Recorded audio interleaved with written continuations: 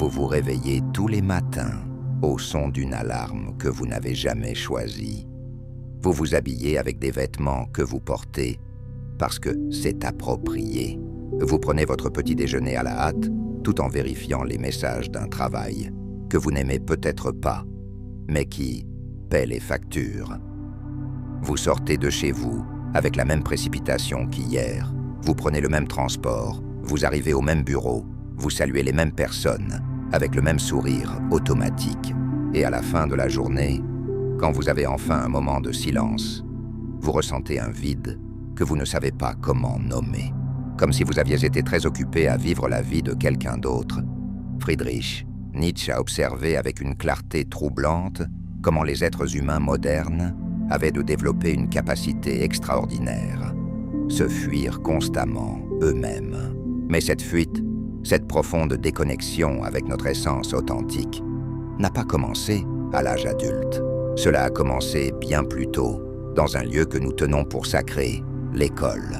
Ce bâtiment où nous étions censés être préparés à la vie, mais où en réalité nous avons été formés pour être des pièces fonctionnelles d'une machinerie que nous ne remettons pas en question.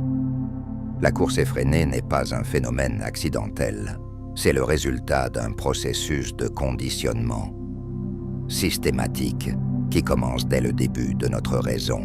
Quand vous étiez enfant, vous arriviez à l'école, les yeux brillants de curiosité, avec des questions qui découlaient naturellement de votre émerveillement pour le monde. Mais vous avez vite découvert que trop demander était un signe de distraction, que répondre à quelque chose en dehors du schéma établi était une raison de correction, que penser différemment était simplement une erreur qui devait être corrigée. Assis en rangée, regardant le même tableau noir, écoutant la même voix monotone, apprenant les mêmes contenus dans le même ordre et au même rythme que tout le monde. Une chorégraphie parfaite d'uniformité. La créativité qui coulait auparavant librement a commencé à s'étioler. La spontanéité a été remplacée par la prudence. La curiosité naturelle s'est transformée en obéissance calculée. Il ne s'agissait pas seulement d'apprendre les mathématiques ou l'histoire. Il s'agissait d'apprendre quelque chose de beaucoup plus profond et de plus dangereux, obéir sans poser de questions. Le système éducatif moderne, avec son obsession des notes, des classements et de la concurrence, n'a pas été conçu pour libérer le potentiel humain. Il a été conçu pour créer des travailleurs efficaces, des consommateurs prévisibles, des citoyens dociles. Nietzsche l'a compris avec une clarté brutale. L'éducation moderne ne vise pas à former des êtres humains libres, mais utiles. Et être utile dans ce contexte, c'est s'intégrer parfaitement dans une structure qui a besoin de pièces interchangeables et non de personnes authentiques. Depuis que vous êtes enfant, vous avez appris que votre valeur était mesurée par un chiffre sur un bulletin de vote. Pour être le meilleur, il ne s'agissait pas de comprendre profondément ou de développer votre unicité, mais de répéter avec précision ce que l'enseignant s'attendait à entendre. La reconnaissance ne vient pas de l'authenticité ou de l'originalité, mais d'une conformité parfaite. Et donc, sans vous en rendre compte, vous avez commencé à croire qu'il y a toujours une bonne réponse prédéterminée par une autorité extérieure, que penser indépendamment est dangereux, que faire des erreurs, c'est échouer, et que seuls ceux qui parviennent à rentrer dans le moule établi en valent la peine. La comparaison constante est devenue l'air que vous respiriez.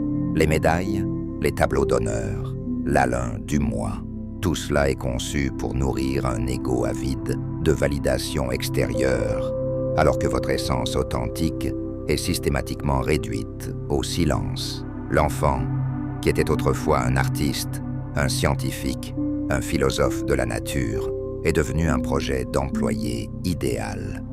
Quelqu'un formé à suivre les ordres, à atteindre les objectifs des autres et à rechercher l'approbation constante. Les horaires rigides vous ont appris que le temps ne vous appartient pas. Les règles indiscutables vous ont montré que l'autorité est toujours ailleurs. Les récompenses pour avoir obéi et les punitions pour avoir dévié du chemin tracé ont gravé profondément dans votre psyché le message que la sécurité vient de la soumission, et non de l'authenticité. Il ne s'agissait pas d'une conspiration malveillante, c'était quelque chose de beaucoup plus subtil et donc plus efficace. Un conditionnement culturel si naturalisé qu'il semblait inévitable. Vous avez grandi sans vous rendre compte de ce que vous aviez perdu dans le processus. Ils ont appelé cela l'éducation, la formation ou la préparation pour l'avenir. Mais quel avenir était celui qui exigeait le sacrifice de votre spontanéité, de votre créativité naturelle, de votre capacité d'émerveillement? Vous souvenez-vous du premier moment où vous avez eu honte d'être spontané? La première fois que vous avez enregistré une question de peur de paraître inappropriée? Le jour où vous avez décidé qu'il était plus important d'obtenir une note parfaite, même si vous ne compreniez pas vraiment le contenu? C'est à ce moment-là que le programme de course effrénée a été installé. Le moule de l'école ne disparaît pas lorsque vous obtenez votre diplôme. Il évolue et se perfectionne simplement. Le portfolio de l'école devient une mallette de direction. Le bulletin est transformé en évaluation de performance. La note devient un salaire. L'enseignant devient le patron. La peur de l'échec se transforme en terreur du renvoi. La même logique, la même structure, la même servitude volontaire, aujourd'hui déguisée en réussite professionnelle et stabilité financière. On vous a vendu une promesse apparemment logique. Étudiez de manière responsable, obtenez de bonnes notes, entrez dans une université prestigieuse, obtenez un emploi bien rémunéré, et puis, enfin, vous serez libre de vivre la vie que vous voulez vraiment. Mais personne ne vous avait prévenu que ce bon boulot serait simplement une prison plus sophistiquée, avec la climatisation, un badge d'entreprise, des objectifs mensuels de plus en plus exigeants et un email professionnel qui remplacerait progressivement votre identité personnelle. Nietzsche a observé que l'homme est l'animal qui s'est rendu captif de ses propres créations. Et jamais cette phrase n'a été aussi littérale. Nous créons des systèmes organisationnels qui promettent dignité et but, mais qui produisent l'aliénation et le vide existentiel. Nous développons des routines que nous appelons stabilité, mais qui ne sont que des labyrinthes de répétition, mécaniques sans âme ni signification profonde. Ce qui était autrefois de l'anxiété avant, l'examen se manifeste maintenant par un stress chronique. Avant les réunions trimestrielles sur les résultats, la récréation scolaire s'est transformée en pause café, où l'on pratique le réseautage forcé. L'attente de l'éloge de l'enseignant s'est transformée en l'espoir désespéré d'une promotion, d'une augmentation de salaire, d'une reconnaissance extérieure qui donne un sens au vide intérieur que l'on ne sait ni nommer, ni guérir. Votre corps réagit exactement de la même manière qu'il l'a fait dans l'enfance. Cette tension que vous ressentiez avant la remise des notes revient tous les dimanches le soir, lorsque le silence de la maison crie plus fort que n'importe quel bruit extérieur. C'est le même nœud dans l'estomac, la même oppression dans la poitrine, la même sensation suffocante que vous n'en faites pas assez, même lorsque vous êtes complètement épuisé. L'école vous a formé à suivre des instructions sans les remettre en question. Le monde de l'entreprise exige que vous obéissiez à des protocoles, sans réfléchir à leur signification. Dans l'enfance, vous avez appris que recevoir des éloges était la chose la plus importante. En tant qu'adulte, vous avez découvert que le fait d'être promu justifie tout sacrifice personnel. Et lorsque vous ne parvenez pas à atteindre ces objectifs imposés de l'extérieur, le système murmure d'une voix séduisante. La faute n'est que la vôtre.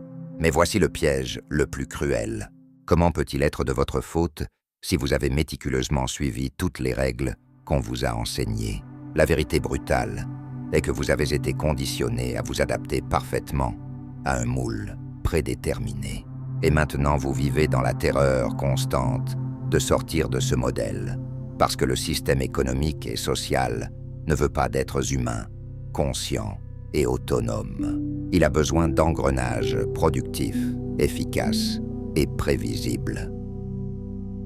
Combien de fois vous êtes-vous retrouvé à travailler en pilote automatique, se rendre au travail en voiture sans se souvenir du trajet, répondre aux emails sans vraiment réfléchir à leur contenu, s'engager dans des conversations superficielles avec des collègues, alors qu'à l'intérieur, vous sentez que quelque chose de fondamental en vous se fane lentement, sans bruit, sans que personne ne s'en aperçoive. Les machines d'entreprise modernes sont sophistiquées et séduisantes. Il n'impose pas brutalement. Séduit par son élégance, il offre des plans de carrière apparemment prometteurs, des avantages attrayants, une reconnaissance publique pour l'ego affamé. Mais au fond, la seule chose qu'il demande vraiment, c'est que vous continuiez à courir sans jamais vous arrêter. Courir comme une souris de laboratoire, après un fromage qui change constamment d'emplacement. Car lorsque vous atteignez enfin un objectif plus exigeant et plus éloigné, apparaît immédiatement. Lorsque vous commencez à soupçonner que quelque chose de fondamental ne va pas, une peur paralysante s'installe. Vous avez déjà des responsabilités financières, vous avez déjà bâti une réputation professionnelle, vous avez déjà développé une image sociale dont vous ne savez pas si elle peut être maintenue sans ce badge d'entreprise qui vous donne votre identité. Puis vous avalez le cri existentiel qui surgit du plus profond de vous-même.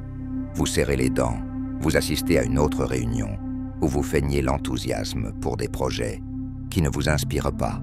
Vous dites que tout va parfaitement bien, même en sachant que quelque chose en vous meurt lentement, silencieusement. C'est la beauté cruelle de l'équipement social moderne. Il vous fragmente systématiquement, mais il vous apprend à sourire en le faisant. Et vous souriez, parce qu'au fond de vous, vous êtes terrifié à l'idée d'admettre que peut-être toute votre vie d'adulte a été construite sur des fondations que vous n'avez pas consciemment choisies. Vous ne vivez pas vraiment, vous courez efficacement.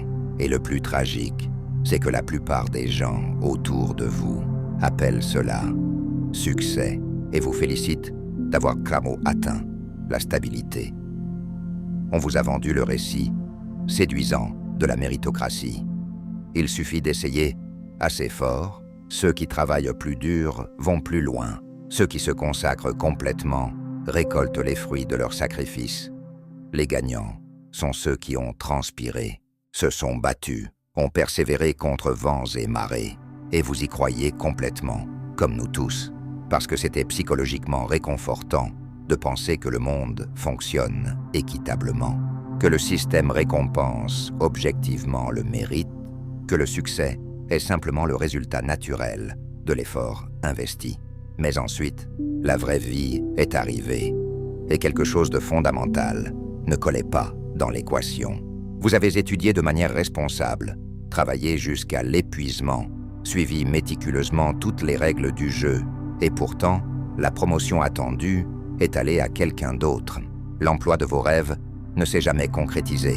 La reconnaissance de votre dévouement n'est jamais venue.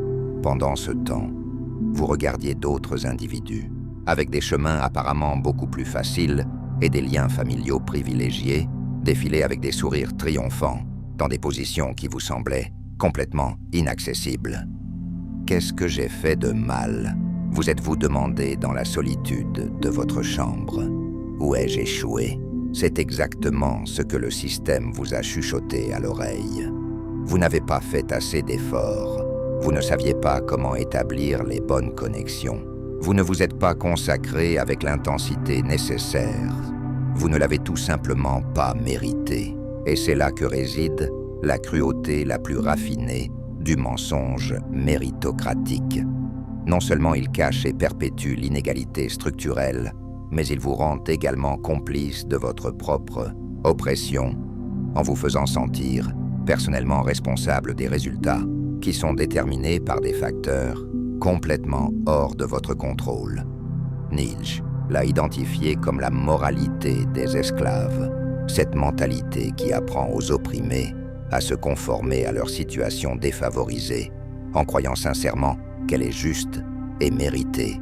La méritocratie moderne est exactement cela, mais déguisée sous le langage séduisant de l'opportunité et de l'espoir. C'est un fouet invisible qui vous pousse à courir inlassablement jusqu'à ce que vous saigniez. Toujours avec le sourire aux lèvres, car l'échec de ce système n'est jamais expliqué comme la conséquence de structures injustes, mais comme la preuve de déficience personnelle de caractère. Comment comparer équitablement deux coureurs si l'un d'eux commence la course 500 mètres derrière l'autre? Comment pouvez-vous honnêtement parler de mérite lorsqu'un enfant arrive à l'école sans petit déjeuner, alors qu'un autre a une pièce calme pour étudier, des parents diplômés de l'université qui peuvent aider, des cours particuliers et une technologie de pointe à leur disposition? Comment l'effort peut-il être mesuré objectivement lorsque les opportunités de départ sont si radicalement inégales? La réponse honnête est qu'elle ne peut pas être mesurée de la même manière.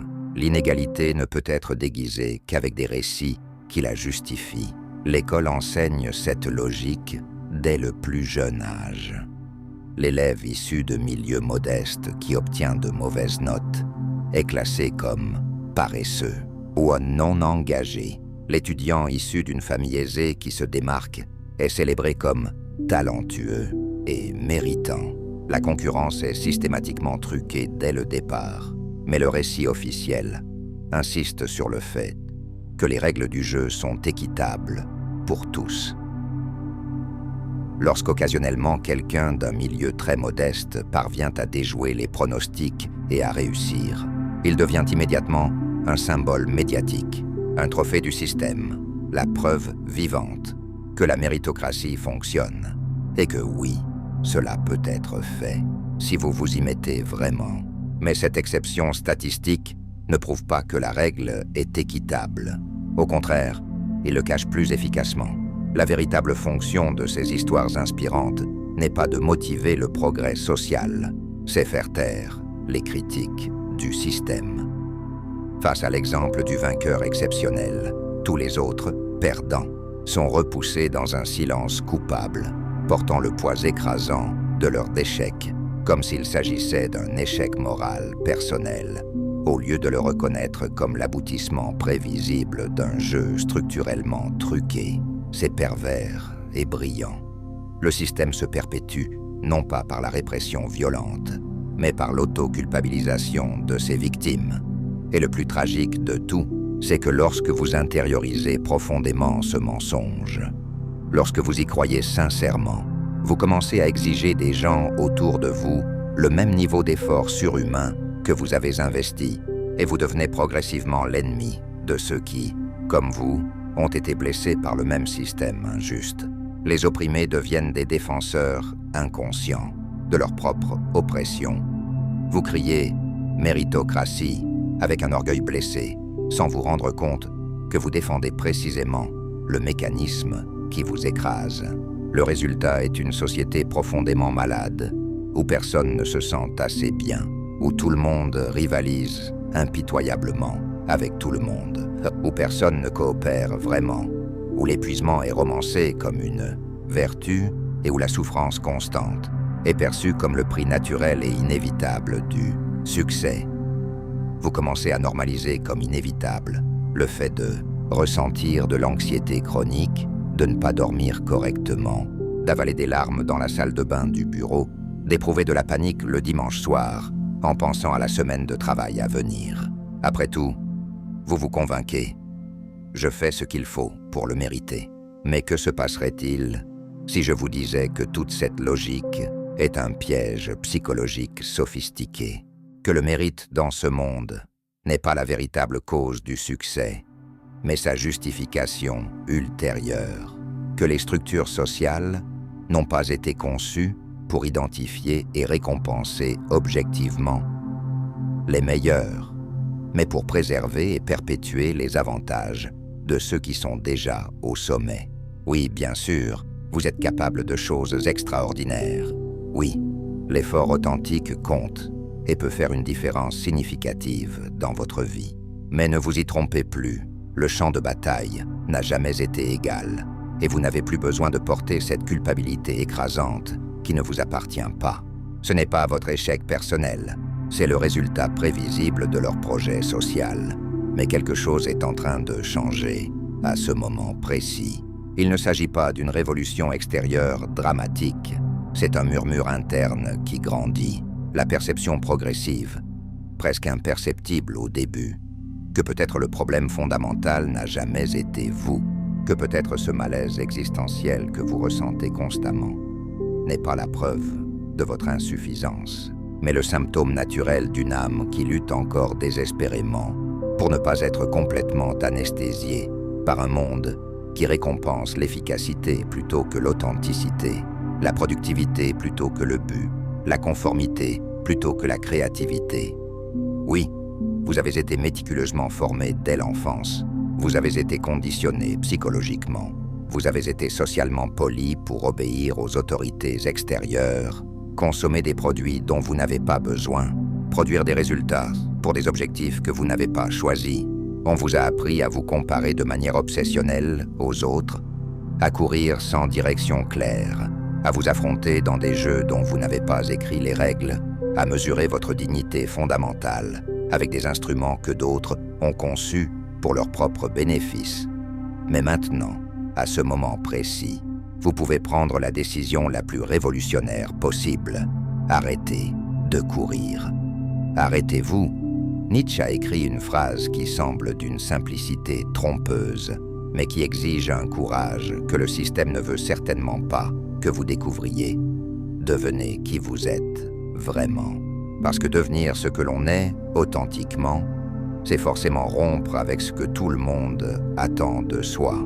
Cela signifie faire face au miroir non filtré et se demander avec une honnêteté brutale: qu'est-ce que je veux vraiment faire du peu de temps qu'il me reste sur cette planète? Vous n'avez pas besoin d'arrêter de façon spectaculaire demain. Vous n'avez pas besoin de déménager dans un autre pays ou de casser symboliquement le réveil. La première véritable révolution n'est pas extérieure, c'est complètement interne. Cela commence subtilement lorsque vous observez tout ce qu'on vous a enseigné comme une vérité indiscutable et que vous osez finalement douter. Lorsque vous vous rendez compte que vous n'avez peut-être pas besoin de suivre consciencieusement le scénario que d'autres ont écrit pour votre vie, que vous n'êtes peut-être pas né pour être une pièce interchangeable de la machinerie sociale, qu'il y a peut-être une vie authentique au-delà de l'équipement de l'entreprise. Le choix le plus puissant n'est pas nécessairement d'abandonner complètement le système du jour au lendemain. C'est refuser catégoriquement d'être défini et limité par elle. C'est trouver de petites fissures de liberté, des espaces microscopiques pour respirer son propre air, des actes apparemment insignifiants de désobéissance quotidienne qui accumulent un pouvoir transformateur. Dire non calmement, alors que tout le monde s'attend automatiquement à ce que vous disiez. Oui, garder un silence réfléchi lorsque la pression sociale exige que vous parliez. Écrire de la poésie dans un monde obsédé par les tableurs. Danser sans musique audible. Penser ses propres pensées sans demander la permission à des autorités extérieures. Cela peut sembler anodin au premier abord, mais c'est exactement ainsi que commence la reconquête de votre autonomie personnelle. Ce choix n'est pas assorti de garanties de confort. Il ne promet pas une gloire ou une fortune instantanée. Mais cela vous redonne quelque chose dont vous ne vous souvenez peut-être même pas et que vous aviez progressivement perdu. Votre souveraineté intérieure. Vous pouvez continuer à travailler, à assumer des responsabilités financières, à avoir des objectifs socialement acceptables, mais maintenant vous êtes complètement éveillé. Vous savez consciemment ce qui se passe. Et cette prise de conscience change absolument tout. Car la conscience critique est comme un virus bénéfique que le système de contrôle ne sait pas éliminer efficacement. Et une fois que vous êtes infecté par lui, vous commencez à voir des fissures dans les murs qui semblaient autrefois complètement solides. Vous commencez à entendre, avec une clarté renouvelée, le son de votre propre pensée authentique, celle que l'école a systématiquement essayé de faire taire, mais n'a jamais réussi à tuer complètement. Et le plus important de tous, vous commencez à rêver de vos propres rêves authentiques, pas de ceux qui vous sont vendus comme des paquets de bonheur préfabriqués. vous allez échouer dans ce processus.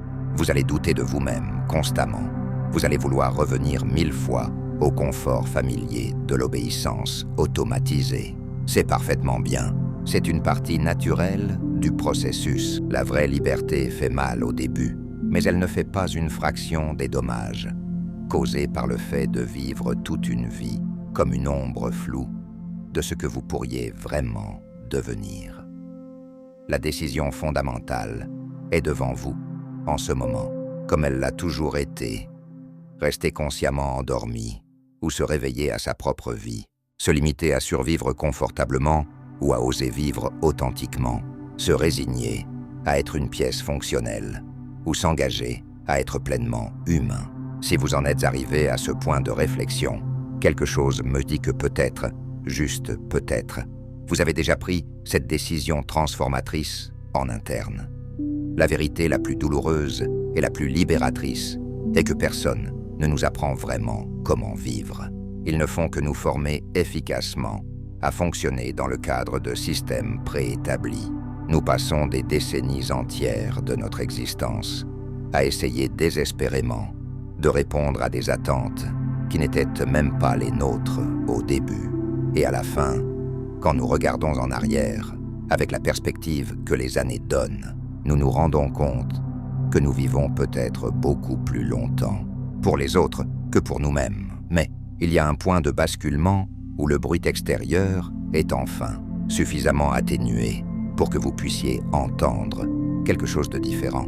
Si vous prêtez une attention particulière à ce silence, vous percevrez qu'il y a encore un espace sacré en vous qui n'a jamais été complètement apprivoisé, un lieu intime où la curiosité naturelle n'a pas été totalement éteinte, où il y a encore un doute productif, un malaise créatif et un véritable désir de quelque chose de plus significatif. C'est précisément là que commence la rupture libératrice, et c'est là que, peut-être pour la première fois depuis longtemps, la vie authentique peut enfin commencer. Ce réveil n'est pas un événement unique et dramatique. C'est un processus progressif de reconnexion avec vous-même.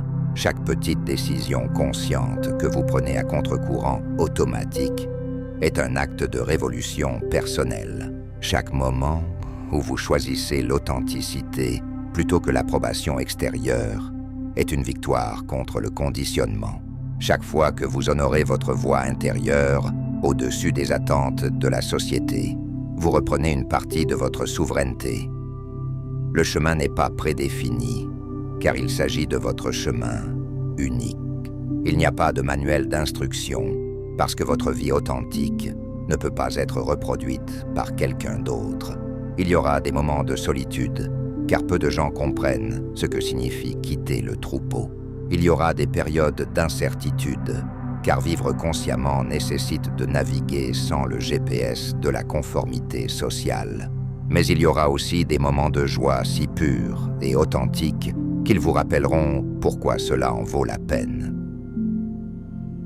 Lorsque vous commencez à vivre à partir de votre centre authentique, les relations changent.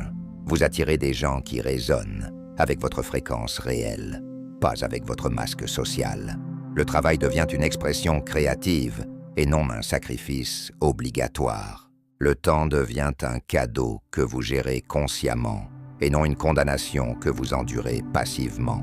La vie cesse d'être quelque chose qui vous arrive et devient quelque chose que vous co-créez consciemment. Vous n'êtes pas seul dans ce réveil. Des milliers de personnes à travers le monde ont exactement la même prise de conscience en ce moment historique.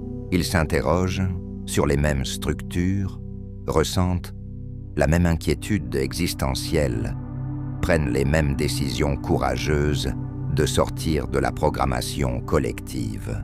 Vous participez à une révolution tranquille de la conscience qui transforme le monde, une personne à la fois. Votre éveil individuel contribue à l'éveil collectif. Chaque fois que vous choisissez l'authenticité, vous donnez aux autres la permission de faire de même. Chaque fois que vous osez vivre différemment, vous ouvrez des possibilités pour que d'autres osent aussi. Votre liberté personnelle est un cadeau que vous faites non seulement à vous-même, mais à toute l'humanité.